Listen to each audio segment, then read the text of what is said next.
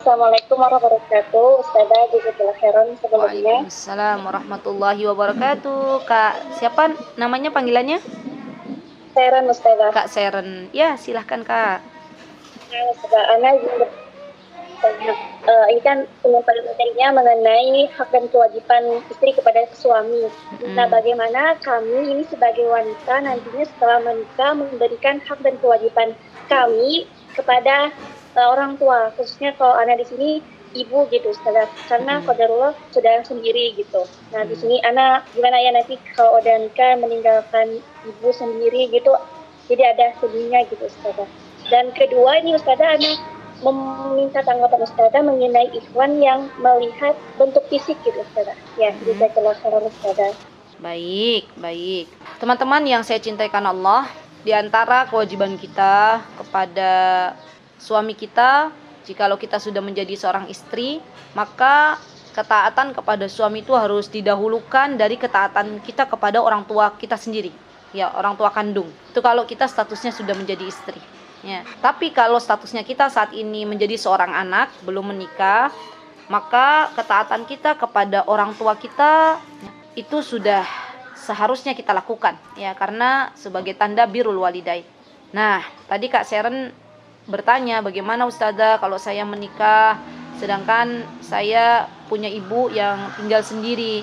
Pertanyaan saya kepada Kak Seren punya kakak atau adik nggak? Punya abang. Abang, udah menikah belum? Belum Ustazah. Belum. Adik yang perempuan atau Laki-laki. semua laki-laki? Nah, Berarti Kak Seren sendiri perempuan? Ustazah. Masya Allah, baik. Berarti nanti tidak usah dikhawatirkan kalau Kak Seren misalnya punya kakak adik laki-laki. Karena kan biasanya yang namanya laki-laki itu biasanya dia membawa istrinya, ya. Nah, saya tuh asalnya dari Jawa Barat, teman-teman, dari daerah Cirebon. Ada kebiasaan di tempat kami itu yang terbalik, ya. Jadi kalau di Cirebon biasanya laki-laki yang tinggal di rumah istrinya, ya.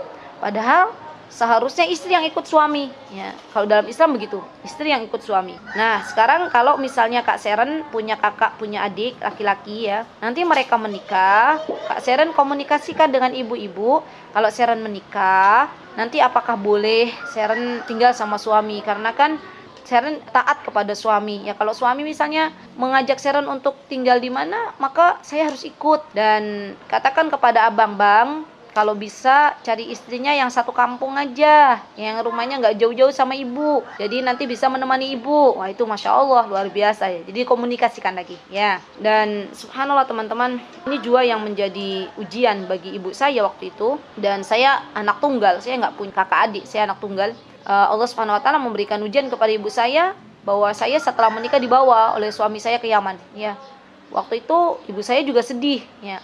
Tapi alhamdulillah ibu saya dikuatkan oleh Allah, dan Allah menguatkan hati ibu saya, memberikan petunjuk kepada ibu saya bahwa sejatinya anak perempuan itu bukan miliknya, ya, selamanya, tapi kelak akan dibawa oleh suami, ya. Jadi sekarang sebelum menikah, Kak Seren diskusi lagi dengan orang tua, ya, diskusi lagi kira-kira bagaimana nanti ke depannya. Kalau misalnya ibu ridho, alhamdulillah, ya, silahkan Seren, ya, nikah, silahkan taati suamimu, maka alhamdulillah.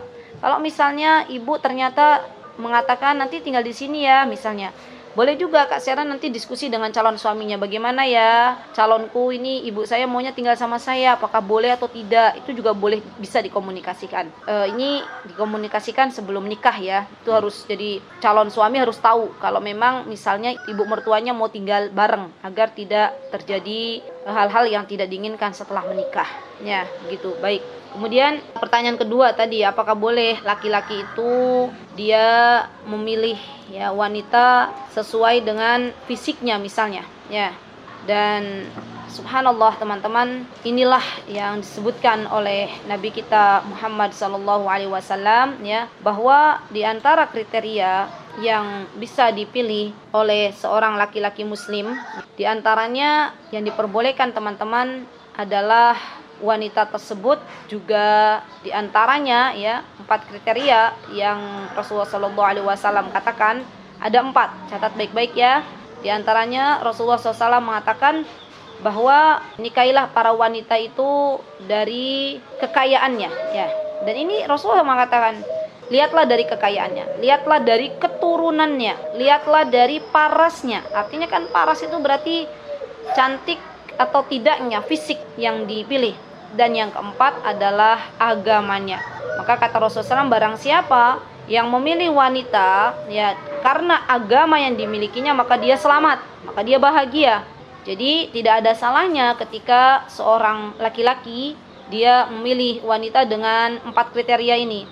Dia bagus agamanya, solihah, dia juga cantik, dia juga berasal dari keturunan yang bagus gitu ya. Dan juga dia juga berasal dari misalnya orang tua yang kaya. Itu boleh, tidak disalahkan dalam agama. Ya Masya Allah. Kalau ada istilah Jawa itu bebet, bobot, bibit ya kepada calon pasangannya. Wallahu ta'ala a'lam.